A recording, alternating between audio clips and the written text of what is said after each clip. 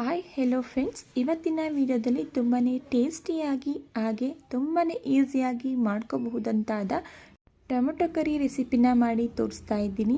ಮನೆಯಲ್ಲಿ ಯಾವುದೇ ತರಕಾರಿಗಳು ಇಲ್ಲದೇ ಇದ್ದಾಗ ಇನ್ಸ್ಟೆಂಟಾಗಿ ಮಾಡ್ಕೋಬೋದು. ಟೇಸ್ಟಲ್ಲಿ ನೋ ಕಾಂಪ್ರಮೈಸ್, ಅಷ್ಟೊಂದು ಸೂಪರಾಗಿರುತ್ತೆ. ನೀವು ಕೂಡ ಮನೆಯಲ್ಲಿ ಟ್ರೈ ಮಾಡಿ ನೋಡಿ. ಬನ್ನಿ ಹೇಗೆ ಮಾಡೋದು ಅಂತ ನೋಡೋಣ. ಅದಕ್ಕಿಂತ ಮೊದಲು ಯಾರೆಲ್ಲ ಹೊಸದಾಗಿ ಚಾನಲ್ನ ನೋಡ್ತಾ ಇದ್ದೀರಾ, ದಯವಿಟ್ಟು ಚಾನಲ್ನ ಸಬ್ಸ್ಕ್ರೈಬ್ ಮಾಡ್ಕೊಂಡು ನೋಡಿ. ಟೊಮೊಟೊ ಕರಿನ ಮಾಡಲಿಕ್ಕೆ ಮೊದಲು ಒಂದು ಪಾತ್ರೆಗೆ 2 ಟೇಬಲ್ ಸ್ಪೂನಷ್ಟು ಎಣ್ಣೆನ ಸೇರಿಸ್ಕೊಳ್ತಾ ಇದ್ದೀನಿ. ಎಣ್ಣೆ ಬಿಸಿಯಾಗಿದ ನಂತರ ಸ್ವಲ್ಪ ಸಾಸಿವೆ, ಸ್ವಲ್ಪ ಜೀರಿಗೆ, 2 ಟೇಬಲ್ ಸ್ಪೂನಷ್ಟು ಕಡಲೆಬೇಳೆ, 1 ಒಣಮೆಣಸಿನ್ಕಾಯಿ, 2 ಹಸಿ ಮೆಣಸಿನ್ಕಾಯಿನ ಕಟ್ ಮಾಡಿ ಸೇರಿಸ್ಕೊಳ್ತಾ ಇದ್ದೀನಿ. ಹಾಗೆ ಜಜ್ಜಿಟ್ಕೊಂಡಿರುವಂತಹ 1 ಗೆಡ್ಡೆ ಬೆಳ್ಳುಳ್ಳಿ, ಸ್ವಲ್ಪ ಕರಿಬೇವಿನ ಸೊಪ್ಪನ್ನು ಸೇರಿಸ್ಕೊಂಡು ಕಡಲೆಬೇಳೆ ಸ್ವಲ್ಪ ಕಲರ್ ಚೇಂಜ್ ಆಗೋವರೆಗೂ ಇದನ್ನು ಫ್ರೈ ಮಾಡ್ಕೊಳ್ತಾ ಇದ್ದೀನಿ.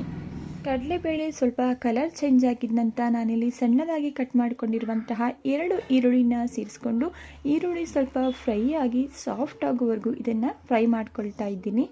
ನೋಡಿ, ಈರುಳ್ಳಿ ಕೂಡ ಈಗ ಕಲರ್ ಚೇಂಜ್ ಆಗಿದೆ. ಈಗ ಇದಕ್ಕೆ ಸಣ್ಣದಾಗಿ ಕಟ್ ಮಾಡ್ಕೊಂಡಿರುವಂತಹ 5 ರಿಂದ 6 ಟೊಮೊಟೊನನ್ನು ಸೇರಿಸ್ಕೊಳ್ತಾ ಇದ್ದೀನಿ. ಹಾಗೆ ಒಂದು ಅರ್ಧ ಟೀ ಸ್ಪೂನಷ್ಟು ಅರಿಶಿಣ, ಹಾಗೆ ರುಚಿಗೆ ತಕ್ಕಷ್ಟು ಉಪ್ಪನ್ನು ಸೇರಿಸ್ಕೊಂಡು ಟೊಮೊಟೊ ಸಾಫ್ಟ್ ಆಗೋವರೆಗೂ ಇದನ್ನು ಫ್ರೈ ಮಾಡ್ಕೊಳ್ತಾ ಇದ್ದೀನಿ. ಉಪ್ಪನ್ನು ಈಗಲೇ ಸೇರಿಸ್ಕೊಳ್ಳೋದ್ರಿಂದ ಟೊಮೊಟೊ ಕೂಡ ಫ್ರೈ ಆಗಲಿಕ್ಕೆ ಹೆಲ್ಪ್ ಆಗುತ್ತೆ. ಪ್ಲೇಟನ್ನು ಕ್ಲೋಸ್ ಮಾಡಿ ಮಧ್ಯದಲ್ಲಿ ತಿರ್ಗಿಸ್ಕೊಳ್ತಾ ಇದನ್ನು ಫ್ರೈ ಮಾಡ್ಕೊಳ್ತಾ ಇದ್ದೀನಿ.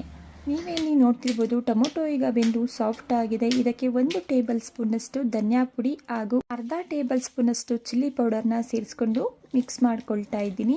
ಚಿಲ್ಲಿ ಪೌಡರ್ನ ನೋಡಿಕೊಂಡು ನಿಮ್ಮ ಖಾರಕ್ಕೆ ಅನುಗುಣವಾಗಿ ನೀವು ಇಲ್ಲಿ ಚಿಲ್ಲಿ ಪೌಡರ್ನ ಸೇರಿಸ್ಕೋಬೇಕಾಗುತ್ತೆ. ಮತ್ತು ಪ್ಲೇಟನ್ನು ಕ್ಲೋಸ್ ಮಾಡಿಕೊಂಡು ಎಣ್ಣೆ ಬಿಡೋವರೆಗೂ ಚೆನ್ನಾಗಿ ಇದನ್ನು ಫ್ರೈ ಮಾಡಿಕೊಂಡು ಗ್ಯಾಸ್ ಸ್ಟವ್ನ ಆಫ್ ಮಾಡಿಕೊಂಡು ಇದಕ್ಕೆ ಸಣ್ಣದಾಗಿ ಕಟ್ ಮಾಡ್ಕೊಂಡಿರುವಂತಹ ಕೊತ್ತಂಬರಿ ಸೊಪ್ಪನ್ನ ಸೇರಿಸ್ಕೊಳ್ತಾ ಇದ್ದೀನಿ. ಓಕೆ ಫ್ರೆಂಡ್ಸ್, ನೋಡಿದಲ್ವಾ ಎಷ್ಟು ಈಸಿಯಾಗಿ ಟೊಮೊಟೊ ಕರಿನ ರೆಡಿ ಮಾಡ್ಕೋಬೋದು ಅಂತ ಹೇಳಿ. ರೆಡಿಯಾಗಿರುವಂತಹ ಟೊಮೊಟೊ ಕರಿನ ನಾನಿಲ್ಲಿ ಬಿಸಿ ಬಿಸಿ ರೈಸ್ ಜೊತೆ ಸರ್ವ್ ಮಾಡ್ಕೊತಾ ಇದ್ದೀನಿ. ಟೇಸ್ಟಲ್ಲಿ ನೋ ಕಾಂಪ್ರಮೈಸ್, ಅಷ್ಟು ಸೂಪರಾಗಿರುತ್ತೆ. ನೀವು ಕೂಡ ಈ ರೆಸಿಪಿನ ಮರಿದೆ ಟ್ರೈ ಮಾಡಿ ನೋಡಿ. ಈ ರೆಸಿಪಿ ನಿಮಗೆ ಇಷ್ಟ ಆಗಿದ್ರೆ ಫ್ಯಾಮಿಲಿ ಹಾಗೂ ಫ್ರೆಂಡ್ಸ್ಗೆ ಶೇರ್ ಮಾಡಿ. ಹಾಗೆ ಚಾನಲ್ನ ಸಬ್ಸ್ಕ್ರೈಬ್ ಮಾಡ್ಕೊಳ್ಳೋದನ್ನು ಮರಿಬೇಡಿ. ಇದೇ ರೀತಿ ಹೆಚ್ಚಿನ ಸಿಂಪಲ್ ಹಾಗೂ ಟೇಸ್ಟಿ ರೆಸಿಪಿಗಳಿಗಾಗಿ ನೀವು ಮಾಡಬೇಕಾಗಿರೋದು ಇಷ್ಟೇ. ದಯವಿಟ್ಟು ಚಾನಲ್ನ ಸಬ್ಸ್ಕ್ರೈಬ್ ಮಾಡಿಕೊಂಡು ಚಾನಲ್ಗೆ ಸಪೋರ್ಟ್ ಮಾಡೋದನ್ನು ಮರಿಬೇಡಿ.